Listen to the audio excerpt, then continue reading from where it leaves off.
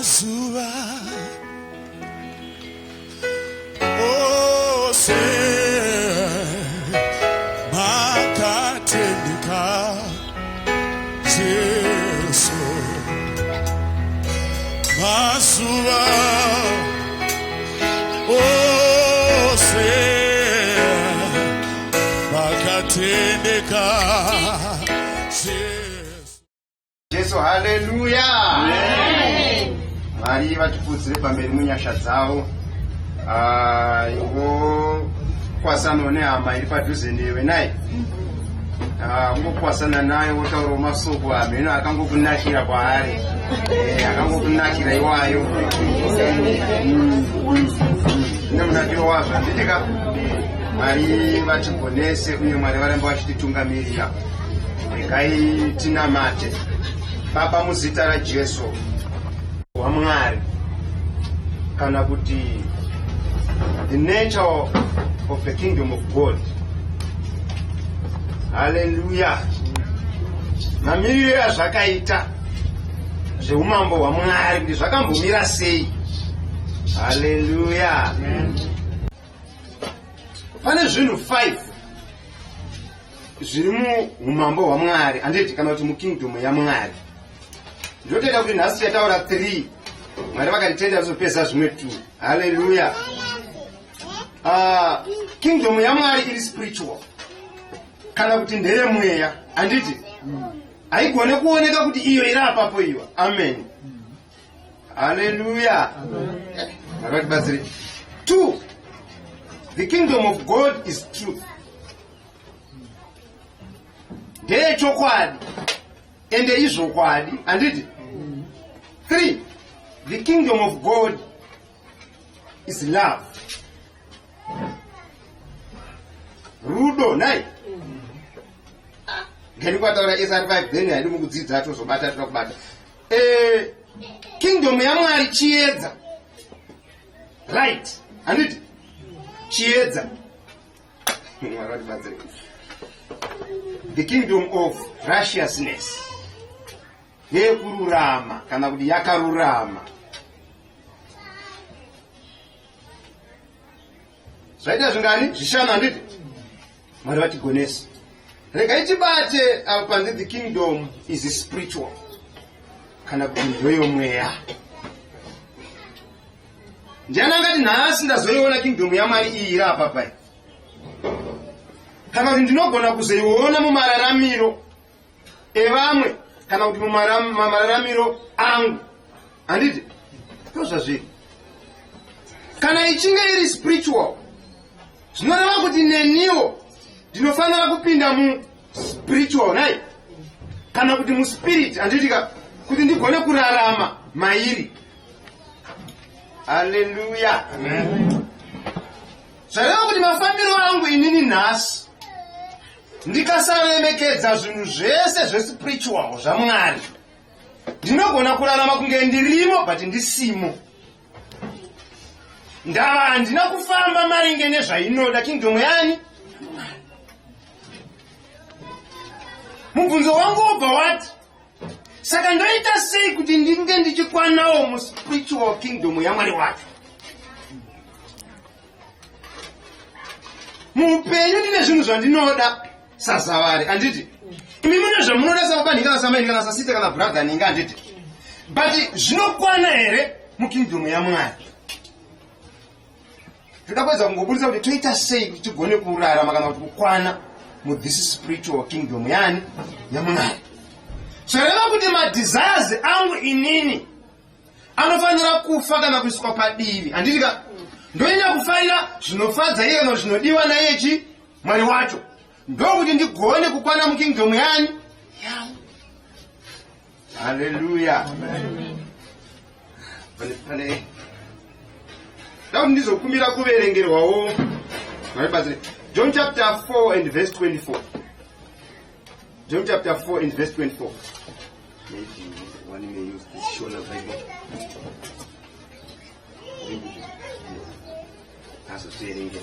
John chapter 4 and verse 24. Mwari vachitiitira zvakanaka.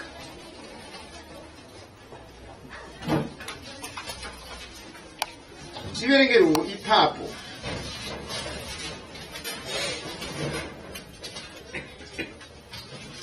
John chapter 4 verse 24.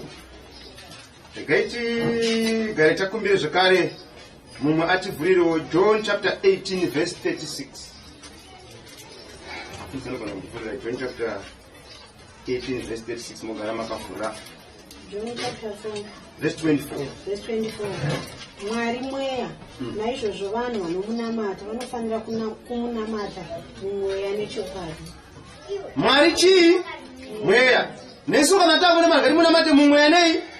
Nemuzvokwadi. Zvinotibatsira zvakanyanya kuti timunamate mumweya nemuzvokwadi. Panapa ndanga ndichitaura nhau yekuti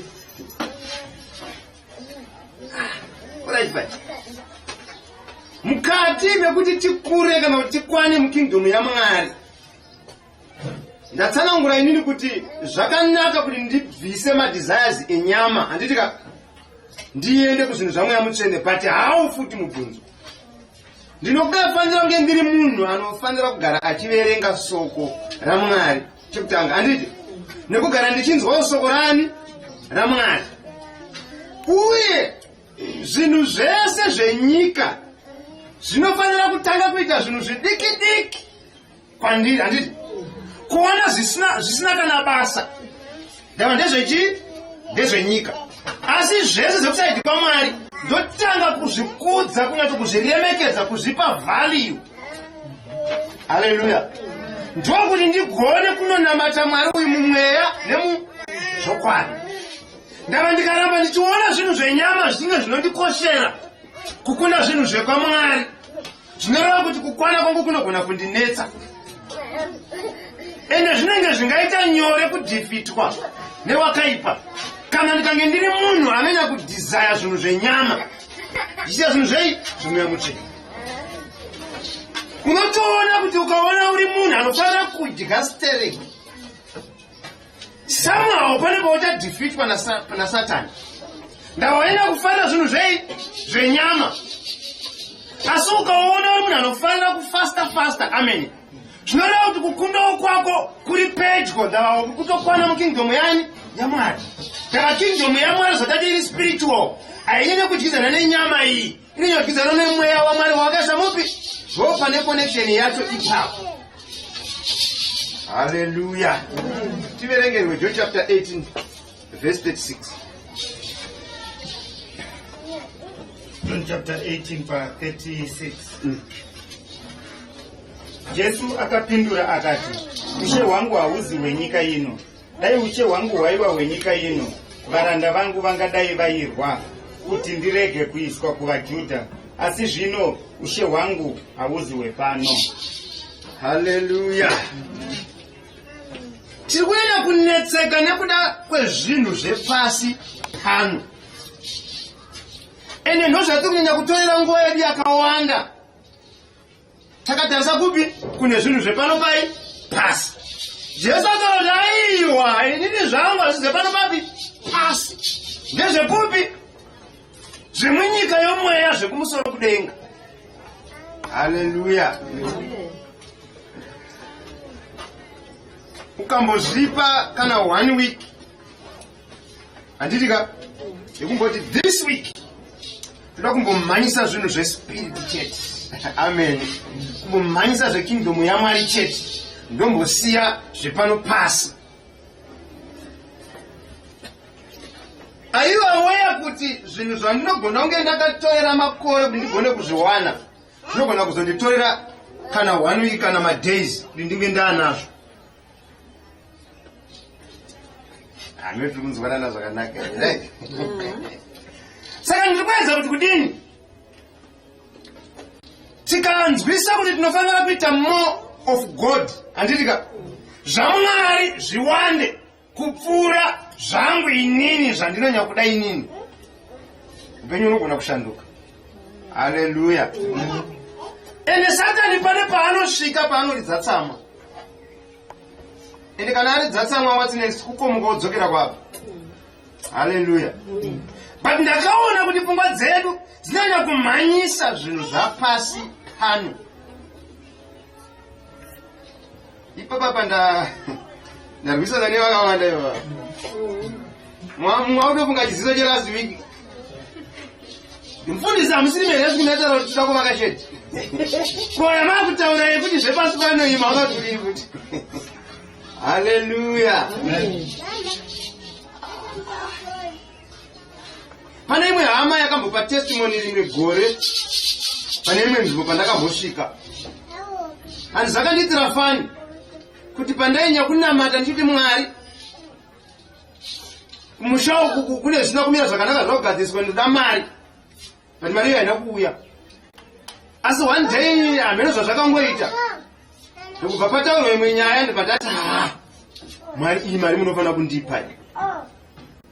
Vandaenda kuvanhu vandanamata ndikati Mwari zviri kudiwa izvi Mwari ndipeiwo ndimbozviendesa kuchechi mhanu.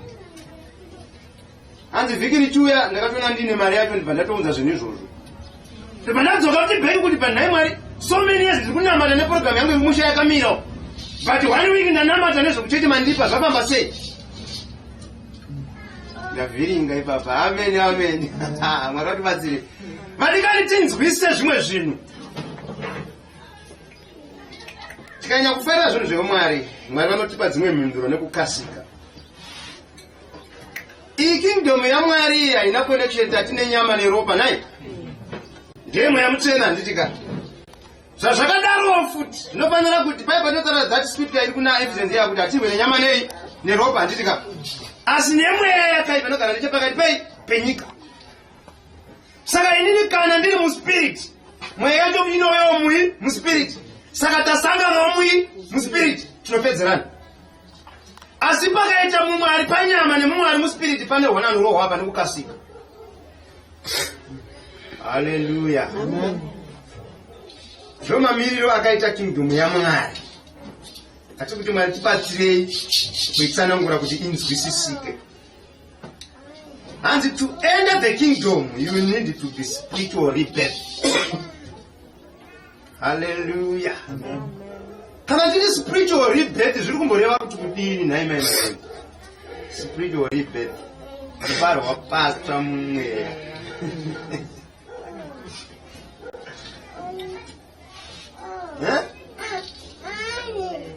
Hallelujah. Amen. Ndiana kwakati akakoti baziro wake baba yangoti gara. Spiritual rebirth. Zvinomborevi nai deaconess.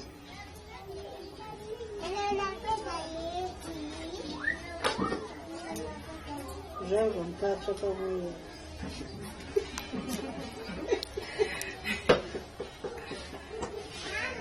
Zakanaka.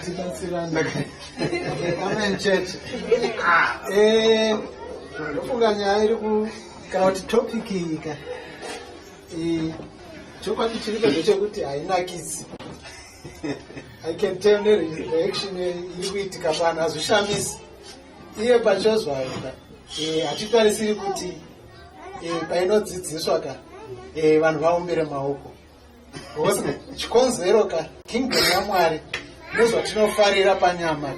Zvakaita sei zvakasiyana. But ndichiansa mubvunzo wenyu. Spiritual rebirth tinogona kudzokera futi kuna John here. Pane mchinda mukuru, a very senior person, aive member yemaruling council yemaJudha, ainzi Nicodemus. A very senior person akadzidziswa naJesu. Saka achidzidziswa naJesu, nyaya yakadzidziswa ipapo ka ndofunga ndo iri kutotaurwa nenhanga. Jesu paakati munhu anofanira kuzvarwa patsva ka akavhiringika. A very educated man, ne-education yepasi, but akaita sei akavhiringika. Saka ndo zviri kutsanangurwa namufundisi pano. Spiritual rebirth iya yaka tikaisimplifya, tikanzwisisa teaching yakapuwa Nicodemus naIshe Jesu, zvinoteka. Maita basi kutenda Mwari. Spiritual rebirth. Regaiti ndimomira kunyatso kupesa mbichana ipapo. Pane patobati papo pandoda kuti ndingodzoka zvishoma shoma. Muchaona kuti type ye music yaunofarira inogona kukuvhiringidza kukwana mu this kingdom. Music chaiyo And do you know that kuti music imwe yacho futi iri inspired by the devil. Zvareva kuti kuenda kufanira kuridza music yo chaizvo. Notona munhu anobva afamba akavira ma-earphones ndivova china kuapenda but ukazoona maitiro ari kuita kana maita unosa kuti ichate music kuzoka haineke mana mwari mukatira.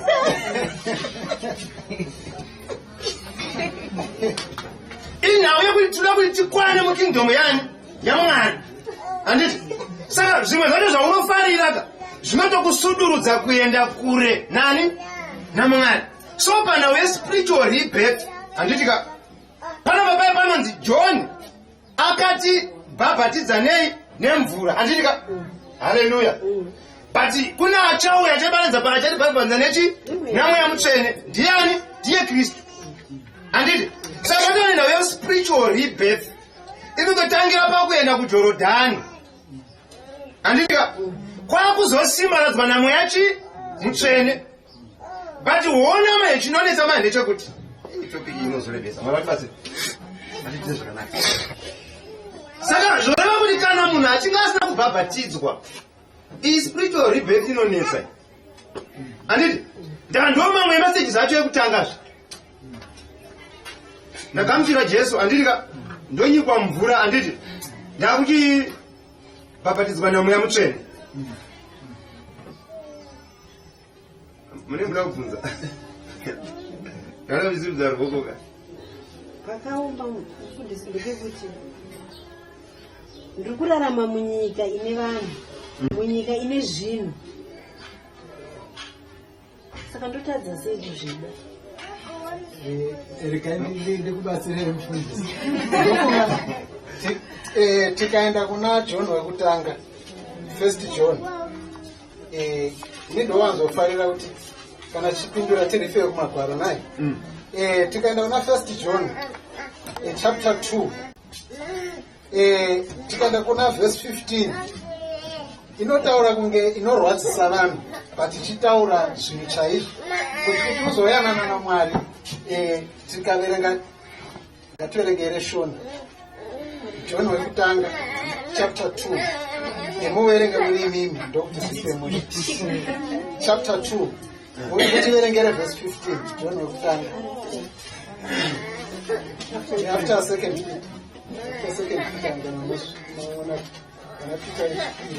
next chapter 2 verse 15 regai kuchiva zvinhu zvenyika muchiita zvinoitwa navanhu vakaipa. Munhu anoda zvinhu zvenyika tedzesai henyu musamire pane koma tedzesai tinzvi. Munhu anoda zvinhu zvenyika haana rudo rwababa Mwari. Mashoko raMwari naye fundisi mai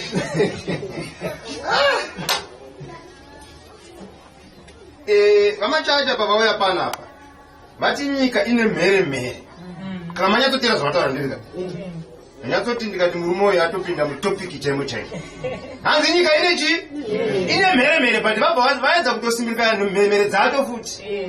Hamuri kunzwa? Saka ndo zvakafanana nezvamuri kutaura imimi kuti tiri kugara munyika munei mune vanhu but havafanira kufanana nemi vanhu vacho. Ngavakope kwamuri kwete kuti imimi mukope zvavari kuita. Ndara imimi makaenda kunokwana mavarika hamusisiri munyu uda kurunga nyika maakutorungwa ndimi nani newakaipa. Hamuri kuona? Saka imimi muchibva panapa nhasi endai munotaura kuti ine hamusida kuti vaite ndiite zvavanoda but ngavaite zvandanzwisa kukingdomu yanyu yaMwari. Ndosaka ndaedza kuda kupa kuti vanhu vane zvinhu zvavanofarira. Ende mukatarisa type yemusic yacho ikuita kuidzwa mazuva ano handitika inokumanidza kutamba kuti zvisingaite. Handimuriona? Saka izvozvo zvikakunakidzaika mabva madzokera pavhesi yataurwa panapa pachitwa intercession handitika do not conform to the standards of this world. Zvinoreva kuti kana ini ndakuda zvekingdomu yaMwari mastandards enyika ndakufanira kumbosiyana nawo. Ndoti Mwari chindipai mastandards enyika yomwe andu anoda kurarama maari. Mwari wandikuti wachitira zvakanaka. Mapinduro marayi vativatsire vatitwe zvakanaka. Oya, regaiti verengerwe Luke chapter 17 verse 20 to 21. Luke chapter 17. Luke chapter 17. This is spiritual kingdom. Luke chapter 17 verse 20 to 21.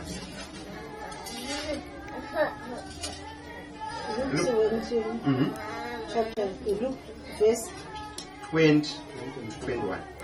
Zvino Jesu zvaibvunzwa neveboka ravaFarisi kunzi umambo hwaMwari hunosvika rini? Iye akapindura akati, umambo hwaMwari hauuyi huchionekwa kwete, uye haunganzi hwohundo pano kana kuti hwohwo hukokoko, nokuti inzwaika umambo hwaMwari hunotova mukati menyu wani. Ati mapanzwa, uri mukati mani? Menyu. Nosaka mpuwa akabhati miviri yenyu itemberi yani? yaMwari. Ane zvaaitodudza pamusoro pedu isusu vanhu. Zvino zvauri mamuri ina kuti nyika ine mheremhere, nyika ine vanhu vanobva panetsa manje. Haleluya. Umambo wanzi uri matiri isusu handiti? But kuzoushandisa ndini manje. Asi urimo. Connection yacho irimo mandirimo munhu. Zvareva kuti kuirega hayo chingoenda kwese kwese ndini. But kuti isaende kwese kwese ndini. Ndosaka makaona Mwari achiita sekuti haana kuenda kumanikidza vanhu kuti vamunamate, akasiya paine choice. Handiti? But achida ake kunamata. Chakaisira choice chii? Ndechekuti kana pakanzi pane sarudzo kana pane chakanaka nechakaipa.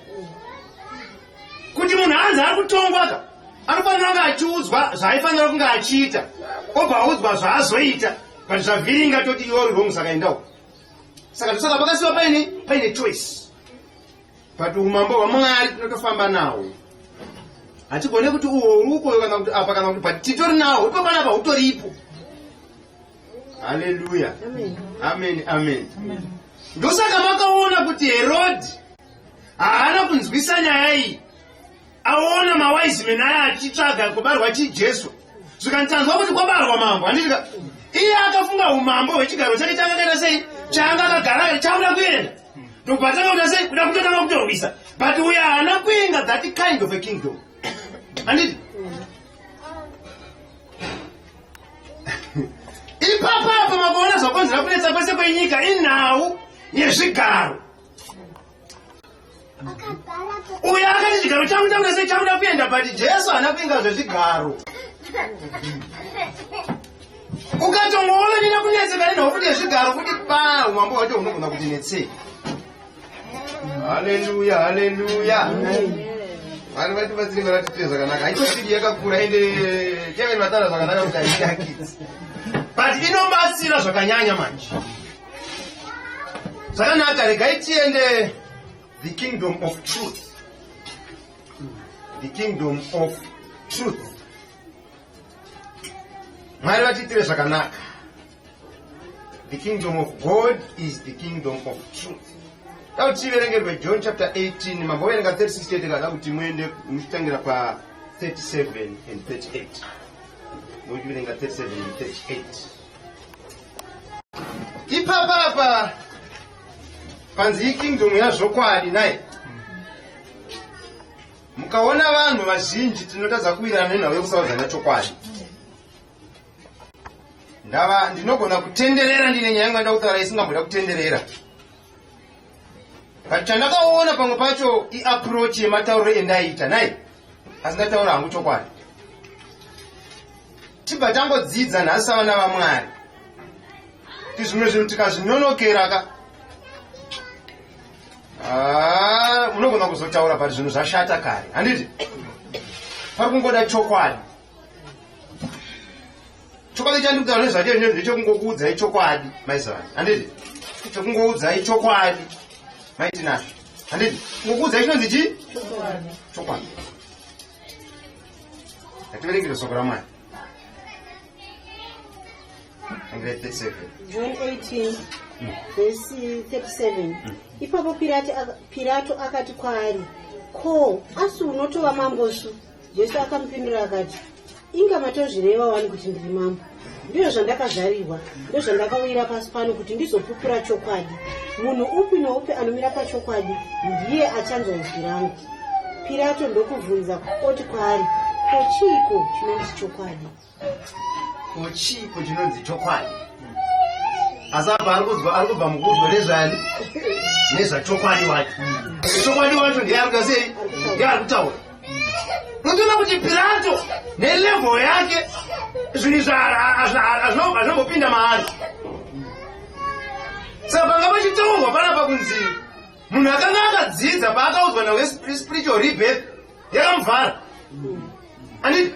Ndosaka ndinzwa pamusoro pamataiti anzi ndinokonesa uchenjeri hwevakadzidza pasi panzi. Anditi? Inyaya yekuti vanhu vanoda kushandisa academics pasingade chi academics. Pari kumbona kuti mweya wamwari afambe vanhu vanzwise zvinhu. Pani munhu anoda kuya hazvibudi hazviite. Chokwadi ndiye Kristu wacho. Ende ndo zvaakainga zvekuzodzidzisa vanhu chi chinonzi chokwadi. Saka akauya kuzodzidzisa vanhu pamusoro pake nezvababa vake. Anditi? Kuti titoziva nezvatakavanzika chababa takachiwana through chokwadi. Chokwadi wacho ndiani? Ndiye Kristu wacho. Saka ukatoona usinawo chokwadi mauri, hauna kukwana mukingdom. Haleluya. Ukaona uchingofarira kungoreva nhema, chokwadi hachisi mauri, handiti? Haleluya. Kingdom iyi inoda zvokwadi. Zvokwadi ndiKristu. Kristu anofanira kurarama nemunhu akatenda maari, handiti? Christ like, handiti? Zvoringana kazvoenderana.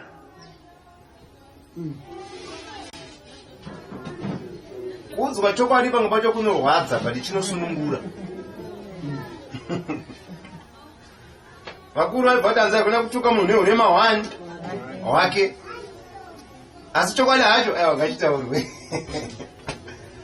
Chakazoipa kutuka munhu kuti zimusoro iyani musoro mombe kumara zvorwadza vanhu.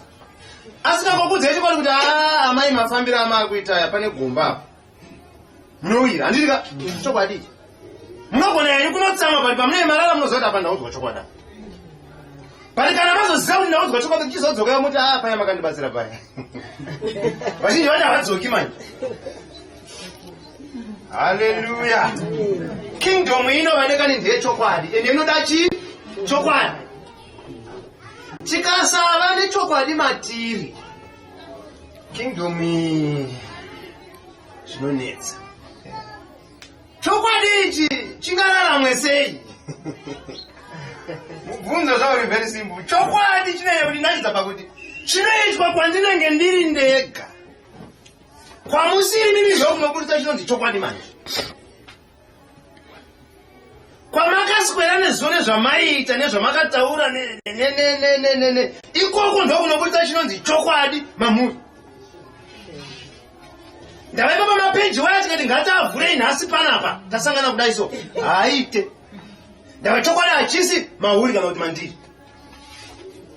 Ndava zvinhu zvine chokwadi mukati zvakafanana negirazi rekuti ndiri kunoku ndinoona zviri kuseri. Ndochokwadi icho. Jesu haana chinhu chaaiviga. Pamwe pacho aizoona kuti ndikada kutsanangura zvimwe zvinhu zvandida kutsanangura havasi kuzvinzwisa saka aibva azonyarara hake. Hallelujah. The kingdom of truth. Mara chitire zvakanaka. Regai tiverengerwe John chapter 14 verse 16. John chapter 14 verse 16. Uye ini ndichakumbira Baba kuti vakupei munyaradzi anozogara nemi kusvikira rini narini. Hallelujah. Tikanga tisina munyaradzi ataurwa uyu, chokwadi chichanetsa kuti tigone kufamba machiri. Asi kana tina munyaradzi uyu handitika yanodzidzisa nzira. Yanotiradza kwekuenda nekwekusaenda. Munyaradzi wacho ndiani? Ndimweya Muteni, handiti?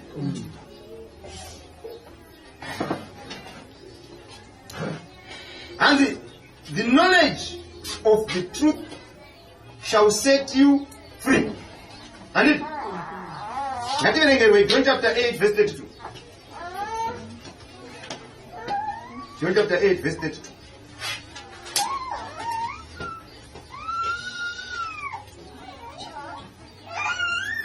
John chapter 8 verse 32.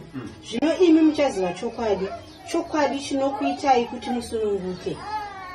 Tikanga taziva Kristu, taziva chokwadi, ende tasununguka. But kumuziva hakusiko kuti munhu ndamuona achipfuura pakapfeka hembe dzakanda saka ndamuziva. Hakusiko kumuziva patingataura nezvako takamira pana. Kuziva Kristu kuenda kunorarama senzira dzakafamba nani nadzo.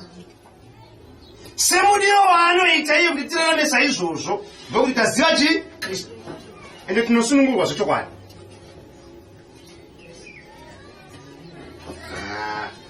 Varevasa. And the devil is the father of all lies.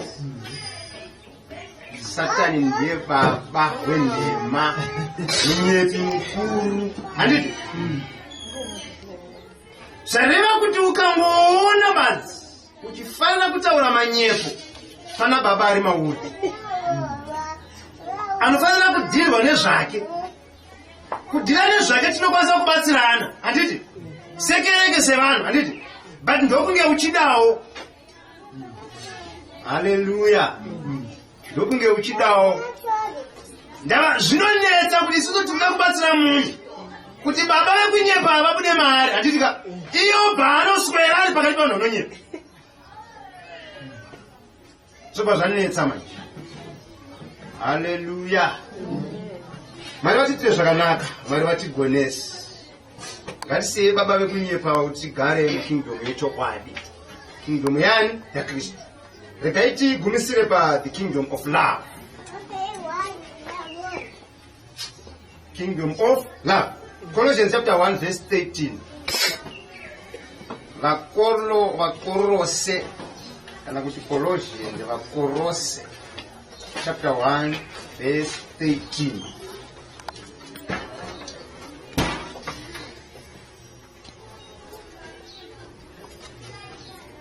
Vakorose chapter 1 verse 13.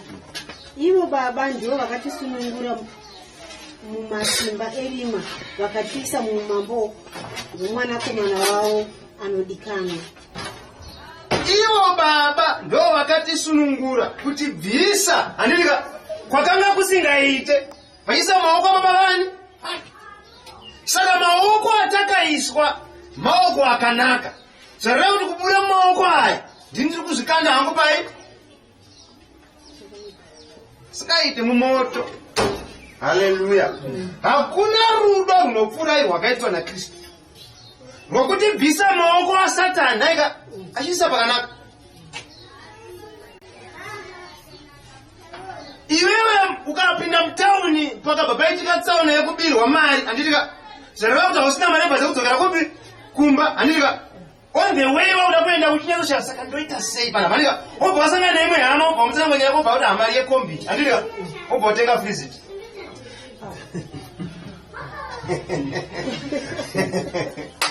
Hallelujah. Uri kuonera kuti ndiwe wega waita sei wazvirasa kuti usasvike kupi kumba. Bhozi zvawakoshesa zvatoka hazvi kukosha panguva iyoyo hazvitombodiwa ina hazvina basa. Takaiswa maoko aMwari zvakanaka-naka. Handiti? Nekuzvipira hakuna rudo rwakapfuura ipapo. Hallelujah. The kingdom of love. Handiti? Kingdom yevadikani inoda rudo ende nderudo ende ichinoda kuti tirambe tiri pai tiri murudo. John chapter 3 verse 16. John chapter 3 verse 16. The kingdom of love. John chapter 3 verse 16. Naizvozvo Mwari akadisa pasi kwazvo, saka akapa mwanakomana wake mumwe chete akaberekwa achingova oga, kuti ani nani anodavira kwaari arege kufa asi kuti ave noupenyu husingagumi. Ndopaya panzi Jesu akatisa maoko ababa vani vake anditika ndopacho pari kunzi Mwari wakadisa nyika zvakadai anditika akatipa mwana wake iye akutipa mwana wake kuti mwana wake atise maoko avo anditi saka mukuona kuti zviri kuenda zvichinodzoka. Haleluya. Regai ningoita sendoda kubuda zvishoma ndichipedzesa. Mumwe munhu hanzi akaita chikwereti nemumwe munhu ndokubhatadza kubhadhara chikwereti chiya handitika nyakukweretwa ndokubva aona kuti munhu atadza kubhadhara ndokubva auya zvikanzi ndauya kuti ndikubatsirei ndava mune chikwereti changu saka imimi ndakuda kukupai advice yekuti mugone kundibhadhara mari yangu but you pay for the advice. Ndinoda kukupai advice yekuti munogona kubhadhara sei mari yangu yamunayo kuti mundipe andika but advice yandichakupai inobhadharwa. Makaimba nandizive kuti muri mimaita sei.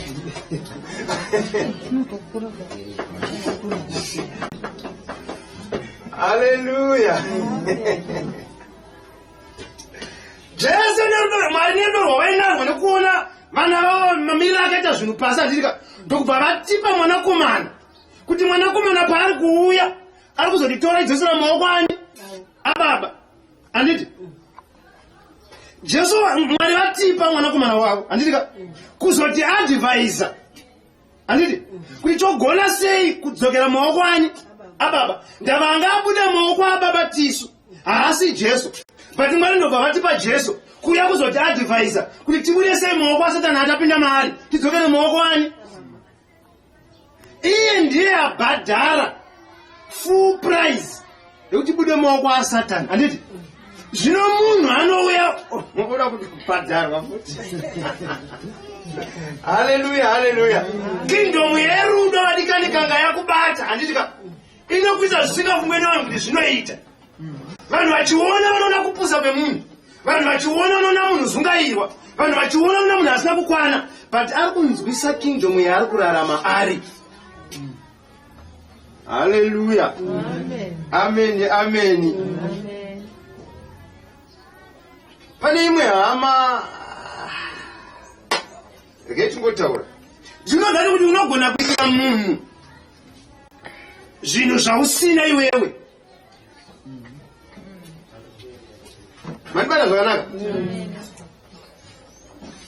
kuti chokwadi kumba tatosiyana totaura vana kuti temhai mavheji nhasi kudya nei nemavheji handitika but ndobva ndaenda ndanotengera mufundisi chicken kwete kuti nhasi tasikana kudya nechicken kumakwedu tachitoda handiti but pandasangana namufundisi ndanzwa rudo mavari ndikati he deserves better than me chicken ndemunotenga chicken munodya kumba manotosika but mungodyisani mavheji panapa hazvinzwisisike kuchike kukuzi vana vanongoti uyati muchibikabika zvidambo kwamufundisi makufa handitika bobva vaenda tona mufundisi makufa vatorwa vanotora maimfundisi varikucheka chicken yamushemushe handika tiri kufana mufunge vazana ndingatitengera chicken yeye vanodzava kumboti baba muri serious here hazvinzwisisike zvino vana vachiona na baba vasina kuita zvakana sei but zvinoitwa out of love.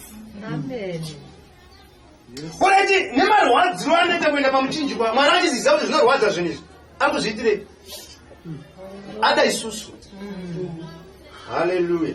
Saka kingdom yerudo ine masacrifice arimo mairi ekuti munhu anogona kupinda musacrifice kuti panapa nenda kuti rudo rwandibata panapa ndakumboita chakati ndakumboitira munhu chakati ndakumbodaida rudo chezvenga musazoti vanoonererwa rudo runenge rwaita sei wabata yetimbogumira wakwezana nhasi Mwari vatitire zvakanaka.